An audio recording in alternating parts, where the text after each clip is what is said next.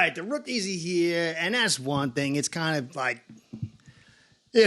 playing around. But next week when the vets come, you get the training camp, and it's the first real look to see what the Dolphins look like, where they're headed, and what's a really good piece of information to evaluate, to kind of prognosticate where we're heading. Hopefully it's good. And there's a lot of clarity on this roster. And then there's some very interesting stuff. On the offensive side, I talked about it. How many tight ends we keep, how many receivers we keep. That's going to talk about philosophy. But I'm not going to talk about that today. To me, the edge position looks very clear. The linebacking group looks pretty clear. It's deeper. There's lots of guys to choose from. Tyndall, whether he sticks or gets booted, that's interesting. But mostly, we know who's going to be starting, what they're going to be playing. The secondary is pretty deep. It's pretty clear. Who's like the one guy, is he going to stick or not? What they're going to do in a few little spots. But that's pretty clear. But the interior spot, the DIs and nose tackles, is really the big curiosity. And when you look over the roster and you consider what the Ravens do and how we're going to emulate them, there is some very interesting stuff. So I'm going to cover the DI spot today, all the candidates for the beauty contest, and see what we can find and who's going to make it. I keep going. I'm very clear on things, but I keep going over and over it. And it is just, I am very, very intrigued by this. There's some guys that could really make life very good if they step forward. And some guys, if they don't, it's going to really make things murky. Anyway, that's what I got today.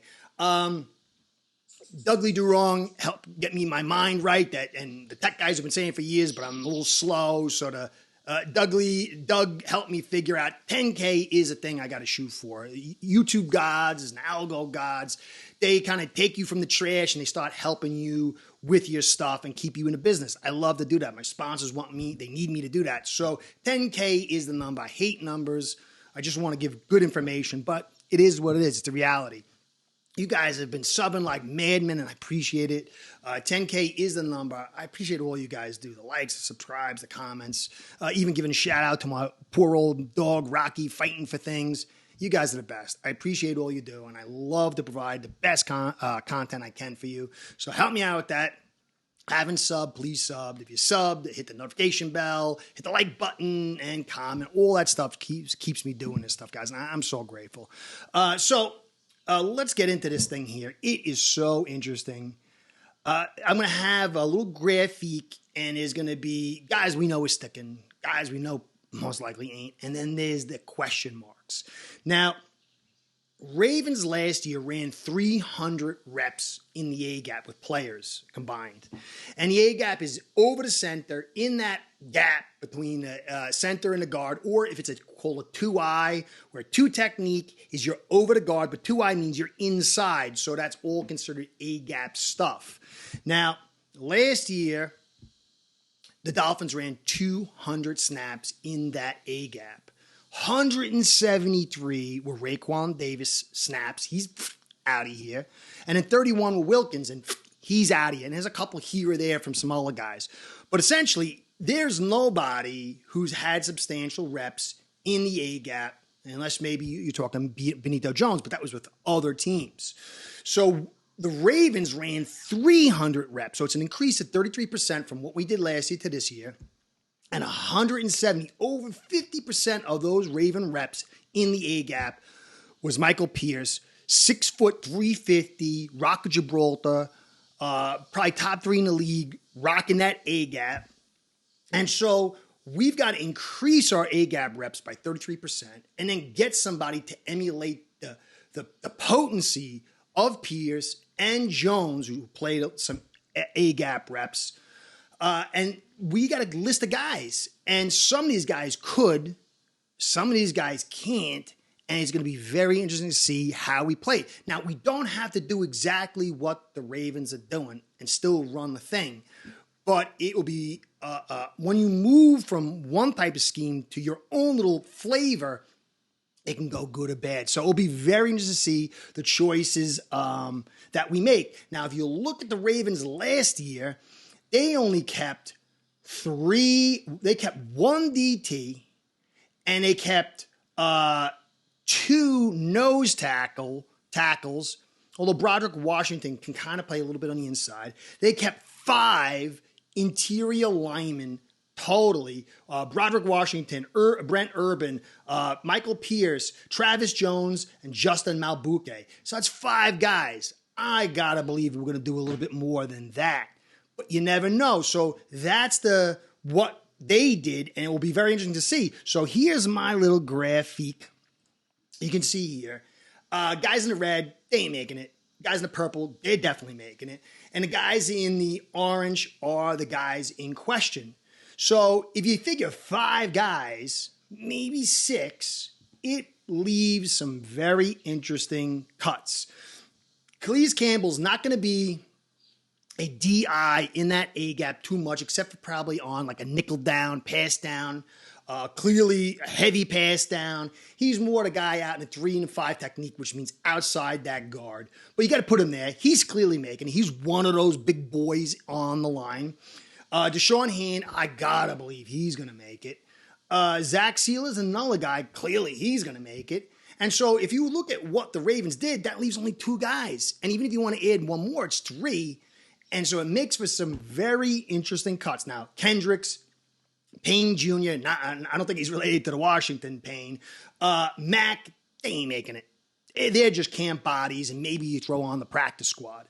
So it's Brandon Peely, Tier Tart, Jonathan Harris, Benito Jones, and Neville Gallimore.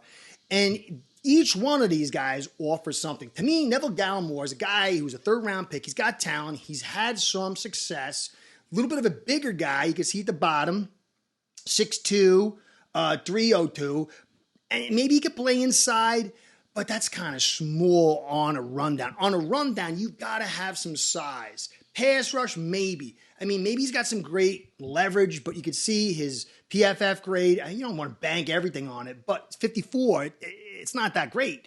But of course you got Benito Jones, giant Benito Jones, who's kind of like a smaller, version of Pierce at 6'1" instead of 6 foot for Pierce, 335 instead of 350 for Pierce. But when you look at his run defense, you can see it's 32.3, and you might agree or not agree, but I've watched the film. He is not Michael Pierce Jr. It's like the nephew. It's like Michael Pierce 3.50. And he's a big guy, fits the prototype, but so far he hasn't had success. Certainly not nearly the success level of Michael Pierce, but he fits the bill for that, so it'll be very interesting. Then you got Jonathan Harris. I don't see him making it. And then Tier Tart. A lot of people are high on Tier Tart. He's, quote-unquote, smaller at 6'2", 304. But he's a long way from when he had that big season with Simmons, and it wasn't in the run game. It was in the pass game. He was next to Simmons. And then after that, it wasn't that good. And last year, he had problems with the coaches, arguing, got kicked off the team, went to another team, didn't have success on the field, and then he showed up gassed and out of shape this year. So, the name is bigger than the player at this stage. And if you look, it's pass rush. Again, it's not the run defense. And then there's Brandon Peely. Now, if Brandon Peely is kind of like what he was last year, you could cut him, put him on a practice squad, and hold him. But if he takes a little step forward, this guy could be a guy that grows for you in the future. He's a guy that if you cut him, another team might pick him up as a starter. You could see he's 59.4, and you can watch him. He's a fighter. He just didn't have the strength, speed, the ability to shoot the gap. This is a guy with high potential, and this is where I think Dolphin fans should really put their eyes on, because if Peely can step forward, it's a big, big piece for us.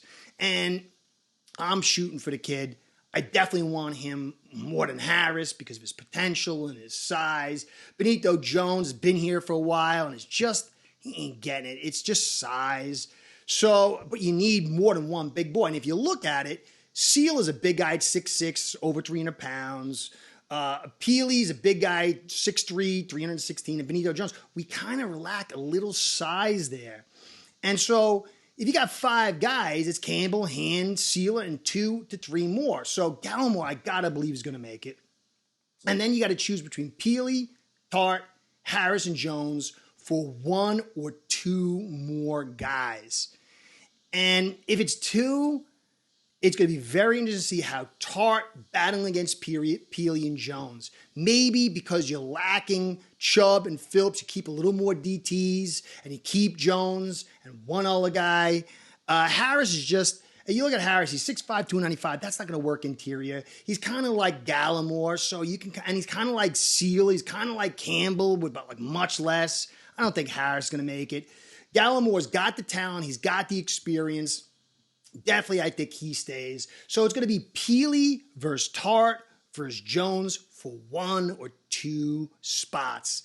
And I definitely think Peely and Jones, because of the size and fitting that nose tackle A-gap on balance downs, run and pass, look to be hopefully the edge. I mean, Benito Jones got to step up his play. Just from a production standpoint, Tart is better than Benito Jones, just doesn't have the size. So it's going to be very, very interesting, this camp battle. I don't know exactly how it's going to go. I don't know how many people are going to keep. Certainly the guys I do know, I think the guys that are certain is Campbell, Hand, Gallimore, and Sealer, and one of the 2 others. So Peely, Tart, and Jones is going to be the key for us. We've got to see 3 of these guys battling it out and really looking good and take the best of 2 of the 3. And I think that's going to be the whole deal. We need this. We need to stop the run. On first down, if offenses can get that run attack going and get to that 2nd and 6, 2nd and 5, it really puts a lot of stress on us. I think we'll be fine in the blitzing department, in the pass rush department, even in the pass coverage department. But if you're off schedule, last year's Ravens showed it's not good for this scheme. So these guys got to prove to be good run stoppers and really take the bull by the horns. We need this. I mean, again, you could, at the end of the season, you could see a guy like Jenkins cut free like that we've used to get, a good vet, big vet for the nose tackle spot to take these run snap downs and maybe fill that hole. But then you're rolling the dice on hope. These are the guys we got here, and we got to see something really play out. Peely's the guy I really want to see. If this guy can, if he can just bump it up a little bit, man, that is a big deal to find a UDFA that can fill that position for you. And he does have talent. So anyway, guys, that's the whole deal. This is really, I think, the heart of the defense. And I think this is going to be the heart of the defensive camp. And there's a little, obviously, can Cam Smith step up? Can people stay healthy? Is Jordan Brooks what we hope he is? Is Kohu going to make it? Is Needham going to make it? But man, this is as big as it gets. I think this is going to be so interesting. Anyway, Curtis saying, thanks for stopping by. Enjoy. It's almost here. Be well. Go Fins. Curtis out. Start building your own online sportsbook today by getting signed up with aceperhead.com service that'll allow you to book action on sports from all around the world.